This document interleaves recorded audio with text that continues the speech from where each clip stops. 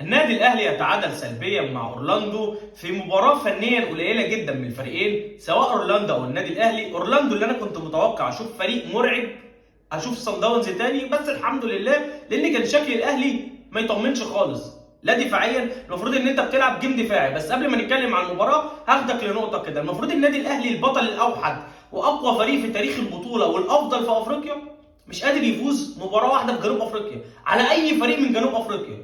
ان لم تخن الذاكره 16 مباراه، بتخسر 7 وبتتعادل 9 بمباراه النهارده.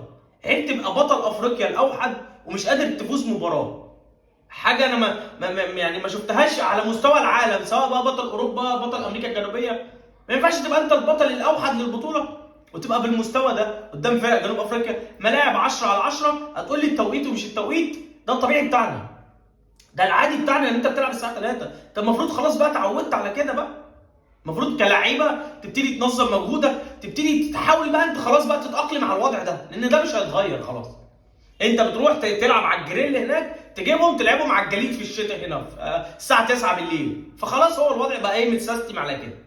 فما تنتظرش ان انت افريقيا دي تتغير. فما تبقاش حجتك بقى اصل الرطوبه، اصل مش عارف درجات الحراره، اصل الكلام ده ما يدخلش ذمتي بثلاثه تعريفه. نيجي للمباراه، انت بادئ لي النهارده بثلاثه في نص الملعب، جميل حلو. ثلاثه، انت المفروض ان انت في المؤتمر قبلها بيوم وضحت ان انت هتلعب دفاعي اكتر. انا ما عنديش مشكله دافع، يا عم انزل دافع خلاص، ما عنديش مشكله. بس انا لما دافع المفروض دلوقتي انا بقطع الكوره صح. انا بقى لما اقطع الكوره المفروض اعمل ايه؟ بديهي كده طبيعي اعمل ايه؟ هعمل تحولات هجوميه، هلعب على هجمه مرتده. فانا المفروض ابقى منظم في حته هجمه المرتده، مين يطلع بيها، مين قاطع، مين فاتح هناك. الكلام ده كله ما بنشوفوش ليه؟ الكره باصه الثانيه تتقطع في نص الملعب، باصه الثانيه شوط اول للنادي الاهلي مختفي تماما. انت واقف راصص ورا، واقف راصص ورا خلاص. ثلاثه بتوع نص الملعب سواء مروان او امام او اكرم. يمكن اللي كان بيحاول يعمل مجهود شويه اكرم، هو اللي كان بيحاول يدوس ويضغط ويعمل. انما الثلاثه بتوع نص الملعب انا مش حاسس بوجود حد فيهم. الوحيد اللي كان بيحاول شويه رضا سليم، كان بيحاول ياخد الكره يقف على كورته شويه، يحاول يعدي بمراوغات بس ما فيش يعني. ما حسيتش بخطوره طول الشوط الاول للنادي الاهلي. انت بادئني في ثلاثه يا عم ماشي دافع، انا ما عنديش ادنى مشكله. بس انا يبقى عندي شكل هجومي، اعمل تحولات هجوميه، يبقى حاطط خطه في دماغي. انا كمدرب، انا ككولر لازم يبقى حاطط خطه في دماغي. لان انت بنسبه 100% هتنزل قدام بطل البرازيل، هتنزل تدافع بالشكل ده، فهتفضل سايب لهم الكره 90 دقيقه، هتخسر. فطبيعي ان انا لازم احط في فكري ان انا دلوقتي خلاص اريد ان انزل ادافع. خلاص بقى لازم تحولات هجوميه. وسام مثلا على الدايره، امام عاشور عشان بيعرف يمسك الكوره في نص الملعب، هو اللي هيبقى عنده حته ان هو يمسك الكوره، يبقى دريبلينج بالكوره احسن. لازم يبقى عندي طرف سريع زي رضا سليم اشغله. انما انا اقطع الكوره مفيش، اقطع الكوره مفيش. ولحسن الحظ ان انت بتلعب قدام اورلاندو، تحس ان فعلا جنوب افريقيا وغرب وسط افريقيا ذهنيا او فنيا، يعني مش عايز برضو ايه احس ان انا بتنمر عليهم، والله مش قصدي حاجه، بس هم فكريا في الكوره على قدهم شويه. يعني هو تحس ان هو حافظ اكتر، كل ما يمسك الكوره يشوط. هم خلاص عرفوا الشناوي، نقطه ضعف الشناوي ايه؟ الشمس، فبيلعب من غير نضاره فشوط عليه. فلو خدت بالك انت بتتفرج على الماتش، كل ما يمسكوا الكوره يشوطوا، كل ما يمسك الكوره يشوط. ليه؟ خلاص هو الاهلي خلاص مسالم، واقف تماما كده، خلاص رافع ايده، مش هحس ان انا خلاص عايز اخد الثلاثه بونت وانا راضي بالتعادل. ليه؟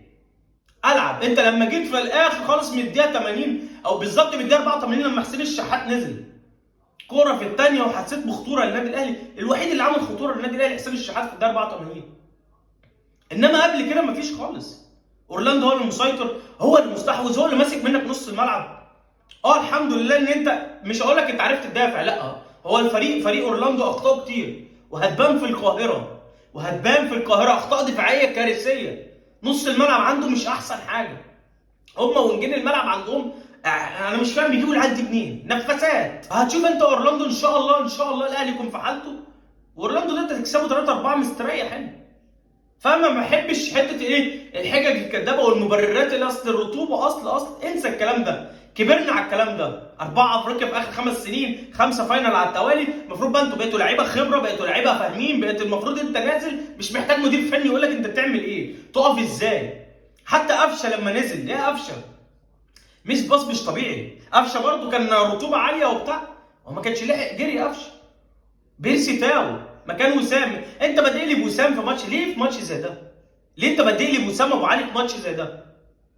نقطه برضه سلبيه مش مفهومه. لاعب جاي من اصابه، طب يا عم سيبه الماتش بوتافوجو يا عم بتاع البرازيل اللي بنسبه 100% ان شاء الله هتلعبه. سيبه الماتش ده.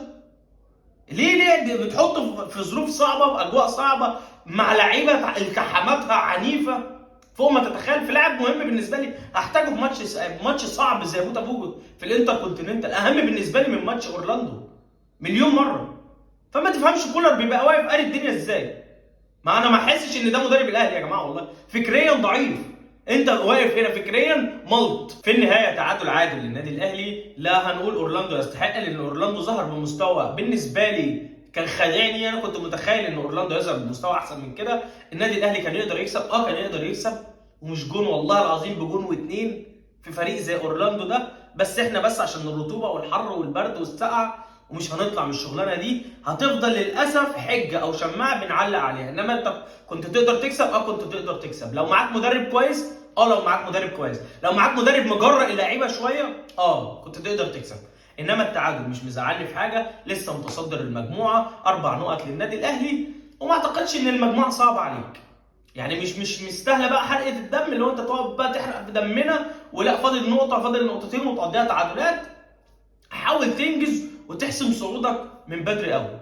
سلام.